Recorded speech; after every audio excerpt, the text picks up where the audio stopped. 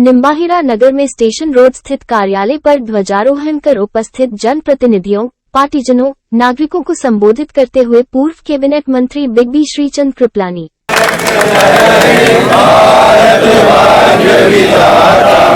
पंजाब सिंध गुजरात मराठा द्राविड़ उत्कल गंगा विंध्य हिमाचल यमुना गंगा उच्चल जलधि तरंगा तब शुभ नामे जागे तब शुभ आशीष मांगे गाए तब जय गाथा जन गण मंगल दायक जय हे भारत भाग्य विधाता जय हे जय हे जय हे भारत माता की जय भारत माता की जय वंदे मातरम वंदे मातरम वंदे मातरम भारत माता की जय भारत माता की जय वंदे मातरम वंदे मातरम वंदे मातरम भारत माता की जय भारत माता की जय वंदे मातरम वंदे मातरम वंदे मातरम। हमारे देश की 77वीं स्वाधीनता दिवस की मैं आपको बहुत बहुत शुभकामनाएं देता हूं।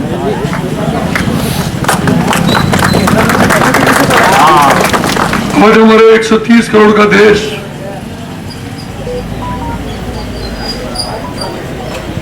स्वतंत्रता का दिवस मना रहा है और ये बात हम अक्सर कहा भी करते हैं कि हमारे देश को आजादी बहुत मुश्किल से मिली है। लाखों लोगों ने इस आजादी को प्राप्त करने के लिए कुर्बानियां दी है, हंसते हंसते फांसी के फंदे पर चढ़े हैं। लाखों बहनों ने अपने भाइयों को खोया, कई हमारी बहनें विधवा हो गई, कई माँ बाप अपने बच्चों को आजादी के युद्धों में भेजकर संतान विहीन हो गए। लेकिन उन्होंने देश को आजादी दिलाने के लिए जो काम किए, जो संघर्ष किया है, निश्चित रूप से आज उसको याद करने का दिन है। और हमें इस बात का गौरव भी होना चाहिए कि आज इस देश में जो लोकप्रिय भारतीय जनता पार्टी की मोदी सरकार काम कर रही है। 1947 में जब देश आजाद हुआ था, देश का बंटवारा भी हुआ, तब किसी व्यक्ति ने कल्पना नहीं की होगी कि एक दिन ऐसा आएगा जिस दिन हिंदुस्तान के हमारे लोकप्रिय नेता, हिंदुस्तान के नहीं पूरे विश्व के लोकप्रिय नेता माननीय नरेंद्र मोदी जी के नेतृत्व में इस हिंदुस्तान को पिछड़ा, जिस हिंदुस्तान को अविकसित, जिस हिंदुस्तान को कहते थे कि वो मदारी नहीं तो सांप और उसका देश, सपनों का देश माना जाता था, वो हिंदुस्तान एक दिन ऐसा आएगा जब मोदी जी के नेतृत्व में विश्व की तीसरी बड़ी शक्ति, आर्थिक शक्ति बनेगा, वो मोदी जी नेतृत्व। हमें इस बात का गर्व होना चाहिए। मैं समझता हूं कि हिंदुस्तान में जब हमारे पूर्व प्रधानमंत्री अटल बिहारी वाजपेयी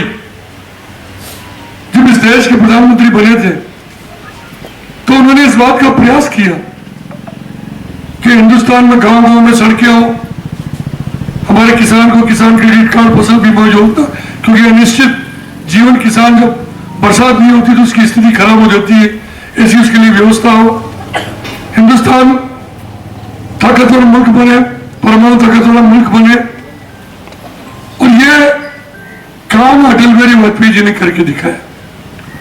और आज जब नरेंद्र मोदी जी के कार्यकाल का 10वां साल हम मनाने जा रहे हैं, आज स्वतंत्रता दिवस है, तो हम कहते हुए गर्व होता है, जिस हिंदुस्तान में कांग्रेस पार्टी ने 50-55 साल तक इस देश पर राज करके पूरे देश को भ्रष्टाचार में लिप्त कर दिया, पूरे देश की अर्थव्यवस्था को डगमगा दिया, पूरे देश का विकास कार्य उन्होंने ठप कर दिया, पूरे देश की आर्थिक स्थिति उन्होंने खराब कर दी, पूरे देश को जो आगे बढ़ना चाहिए था विश्व में, वो हमारा देश आगे नहीं बढ़ पाया। निश्चित रूप से आज हमें इस बात का गर्व है कि हमारा देश आज उस स्थिति में है कि हमारा देश आने वाले वर्षों में, हमारे प्रधानमंत्री जी कहते हैं कि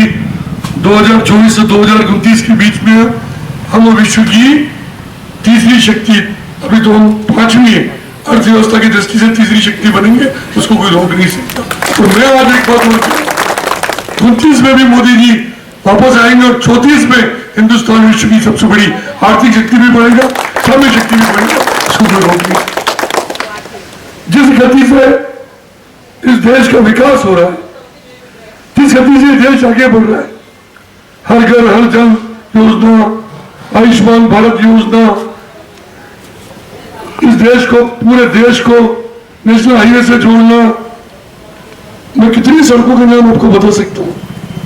हजारों करोड़ रुपए इस देश में विकास में खर्च हो रहे हैं। ये काम पहले भी हो सकता था, ये काम कांग्रेस के राज में भी हो सकता था, गांव सड़कें से जुड़ सकती थी,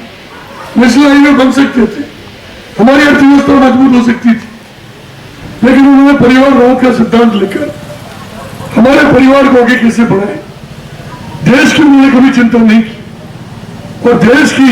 ईमानदारी से चिंता अगर कोई कर रहे हैं तो आज मोदी जी कर रहे हैं, और पूरे विश्व में हिंदुस्तान का ताकत है। और मैं आपको कहना चाहता हूं, ये आजादी के 77वें स्वतंत्रता दिवस पर हमें इस बात का गर्व होना चाहिए कि हमारे प्रधानमंत्री जी के नेतृत्व में जिस तरह देश विकास की दृष्टि से लगातार आगे बढ़ रहा है, सभी दृष्टि से हमारा देश आगे बढ़ रहा है। एक जमाना था हिंदुस्तान के लोग जब विदेश में जाते थे तो उनको क्या सम्मान मिलता था, और एक जमाना है हिंदुस्तान के लोग जब विदेश में जाते हैं तो पूछते मोदी के देश से आए हो। हिंदुस्तान को, व्यक्ति को जो सम्मान आज मिल रहा है, उस सम्मान को दिलाने का काम अगर किसी ने किया है तो नरेंद्र मोदी ने किया है। आज अमेरिका, जापान, आपने देखा होगा G20 हुआ, G20 में पहली बार हिंदुस्तान के लोगों ने महसूस किया कि हमारे प्रधानमंत्री में, हमारे देश में कितनी ताकत है। एक देश का प्रधानमंत्री हमारे प्रधानमंत्री जी के चरण स्पर्श कर रहा है। एक बहुत बड़े देश का राष्ट्रपति हमारे देश को बॉस कह रहा है। एक देश का बहुत बड़ा प्रधानमंत्री, इस अमेरिका को हम इतना ताकतवर समर्थवान देश समझते थे, हमारे प्रधानमंत्री के पीछे पीछे घूम रहा है। ये छोटी मोटी बात नहीं है, इसके लिए हमको गर्व होना चाहिए। मैं इस अवसर पर आपसे इतना ही निवेदन करना चाहता हूं। आज मोदी जी ने भी अपने भाषण में कहा है कि 1000 साल, एक बार 1000 साल पहले हमारे कोई आतताई आए थे, उन्होंने इस देश को गुलाम किया। 1000 साल की हमने गुलामी सही है, और आज हिंदुस्तान इस स्थिति में है कि आने वाला 1000 साल हिंदुस्तान विश्व का ताकतवर मुल्क तो बनेगी, हिंदुस्तान का स्वर्णिम इतिहास पूरे वर्ल्ड में लिखा जाएगा। और ये काम हमारे प्रधानमंत्री जी कर रहे हैं, लेकिन हम सबकी भी जिम्मेदारी, हम प्रधानमंत्री जी के संकल्प को, प्रधानमंत्री जी के बढ़ते हुए कार्यों को, प्रधानमंत्री जी इस देश को आगे बढ़ाए उस कार्य को आगे बढ़ाने के लिए हम सब लोग मिलकर इस आजादी के अवसर पर प्रण लें। और मैं समझता हूं निश्चित रूप से आज जो हम देख रहे हैं, अभी आप देख रहे होंगे कि राजस्थान में भी हमारी सरकार नहीं है, लेकिन राजस्थान में सरकार जिस तरह काम कर रही, दुख होता है इस बात का, किस तरह महिलाओं पर अत्याचार हो रहे हैं, किस तरह गैंग रेप हो रहे हैं, किस तरह मासूम बच्चियों के साथ बलात्कार की घटनाएं हो रही है, किस तरह भ्रष्टाचार की लूटमार की घटनाएं हो रही है, किस तरह डकैतियां हो रही है, चोरियां हो रही है। हमारा निम्बाड़ा भी देख लो, इसमें भ्रष्टाचार के सारे रिकॉर्ड टूट गए। लेकिन अब ये ज्यादा सहन नहीं होगा। आने वाले 3 महीने बाद ये सरकार भी ध्वस्त होगी, यहाँ पर भी मोदी जी की नेतृत्व वाली सरकार होगी और हिंदुस्तान आगे बढ़ेगा। लेकिन हमारे देश को अगर हम आगे बढ़ाना चाहते हैं तो हमारे राज्य को भी एक डबल इंजन की सरकार जिसको कहते हैं तो सरकार हमको बनानी पड़ेगी। और आप लोगों से मेरा यही निवेदन है कि ये आजादी का 77वां स्वतंत्रता दिवस मना रहे हैं, अगली बार 78वां मनाएंगे, लेकिन अगली बार जब मनाएंगे तो राजस्थान में भी भारतीय जनता पार्टी के राज में हम मनाएंगे, 26 जनवरी हो या 15। इसके लिए हम सबको प्रण लेकर कैसे जाना है ताकि जो हमारे 130 करोड़ देशवासियों ने जो सपना देखा है हिंदुस्तान को विश्व का ताकतवर मुल्क बनाने का, हिंदुस्तान को विश्व गुरु बनाने का, हिंदुस्तान को आगे बढ़ाने का, वो सपना हम सब मिलकर पूरा करेंगे। मुझे विश्वास है कि यही संकल्प लेकर आप यहाँ से जाएंगे और मुझे उम्मीद भी है कि हम सब लोग जो प्रण करते हैं, जो संकल्प लेते हैं, निश्चित रूप से वो 130 करोड़ भारत वालों का सपना है, उस सपने को पूरा करने के लिए आज हम सब निकलेंगे। धन्यवाद। भारत माता की जय। समारोह के इस आयोजन में 26 जनवरी को हमारे बीच में हमारे अपने नेता माननीय श्री चंद्र कृपलानी साहब, पूर्व विधायक माननीय अशोक जी, भारतीय जनता पार्टी के सभी वरिष्ठ नेतागण, युवा साथियों, मैं अपनी ओर से स्वतंत्रता दिवस की आप सबको बहुत बहुत शुभकामनाएं देता हूं और साथ ही उम्मीद करते हैं कि माननीय नेताजी भी बता रहे थे कि प्रधानमंत्री जी का जो संकल्प है कि 21वीं सदी सिर्फ और सिर्फ भारत की होगी, उस पथ पर आगे बढ़ेंगे। एक छोटी सी सूचना पर आप सब यहाँ इकट्ठे हुए और इस त्योहार को जिस विश्वास के साथ और जिस उम्मीद के साथ और जिस उत्साह के साथ मनाया है, मैं आप लोगों का बहुत बहुत आभारी हूँ और उम्मीद करता हूँ भविष्य में भी कि जब जब आप लोगों के पास सूचना पहुँचेगी, इसी प्रकार आप लोग बड़ी संख्या में इकट्ठे हो हर आयोजन का हिस्सा बनेंगे।